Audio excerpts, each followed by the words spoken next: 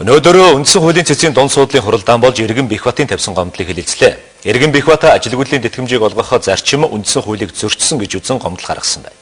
Иргэний зүгээс гаргасан гомдлыг цэцгийн дунд суудлын хуралдаан шүүн хэлэлцээд үндсэн хууль зөрчөөгүй байна гэсэн дүгнэлтэнд хүрсэн байна.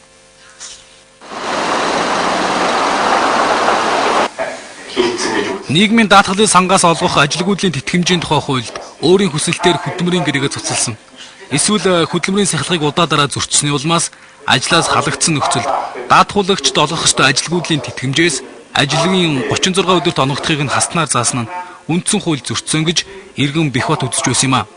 Цэцгийн дунд суудлын хуралдаанд их хурлыг төлөөлж улсын хурлын гишүүн Тэлихаан оролцож хуулийн зүйл залтыг тайлбарласан юм а. 3 сар ажил тасалсан хүн хөдөлмөрийн сахилгаанаас зөрчлөө гэдэг ажлаасаа халагдчих байна. Хөдөлмөрийн хуулиар эцэг 3 сар хүртэл хугацаа бүгд харж болдог. Эхнэр жил гадаадд сургуульд явхад 3 сараас илүү чөлөө байхгүй учраас ажлаасаа гарч байгаа байхгүй. Бүгдээ харах гэж өөр өмсөлтэй. Энэ хоёрыг адилтгадаг шалтгаан учир юу? Ийм эрсдэс зөрүүтэй ямар ч үндэслэлээр өөр өмсөлтөөр гарч ирж штэ. Энэ ажилгүйдлийн даатгалын хөрөнгөний их усүр нь 3 талаас нь ямаа гэж. Шимтгэлийн төлөлтөг 1% 0.5% ажиллагч 0.5% тухайн ажилчин нөгөө талд нь нийгмийн даатгал бас төрийн төсвийн хөрөнгөөс орж байгаа хэсвээ. Тэгэхээр тухайн хүн өөрийнхөө хүсэлтээр тухайн байгууллагын тодорхой хэмжээнд бас хүлээсэн үүргээ тодорхой хэмжээгээр илэрхгүй шүү дээ. Тийм ээ. Дотор ажиллагаа байх ёстой.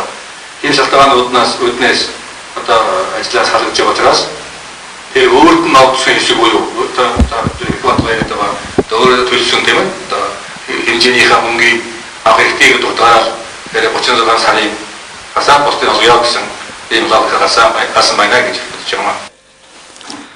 Цэцгийн хуралдаанаар нийгмийн даатгалын сангаас тухайн төрлийн тэтгэвэр тэтгэмж төлбөр олгохгүй байх нөхцөлийг хуулиар тогтоож болно гэж заасны дагуу ажилгүйдлийн даатгалын сангаас олох тэтгэврийн хэмжээг хасах нөхцөлийг тогтоох нь их хурлын бүрэн эрхийн асуудал гэж цэцгийн гишүүд үзлээ. Тухайн ажилтан өөрөөсөө шалтгааллах хүчин зүйлийн улмаас ажлаас халагдаж ажилгүйдлийн тэтгэмжээс ажлын 36 өдөрт оногдохыг хасгаар заасан нь үндсэн хуулийн зөрчлийн шинжийг агуулаагүй гэж цэцгийн дунд суудлын хуралдаанаар дүгнсэн юм а.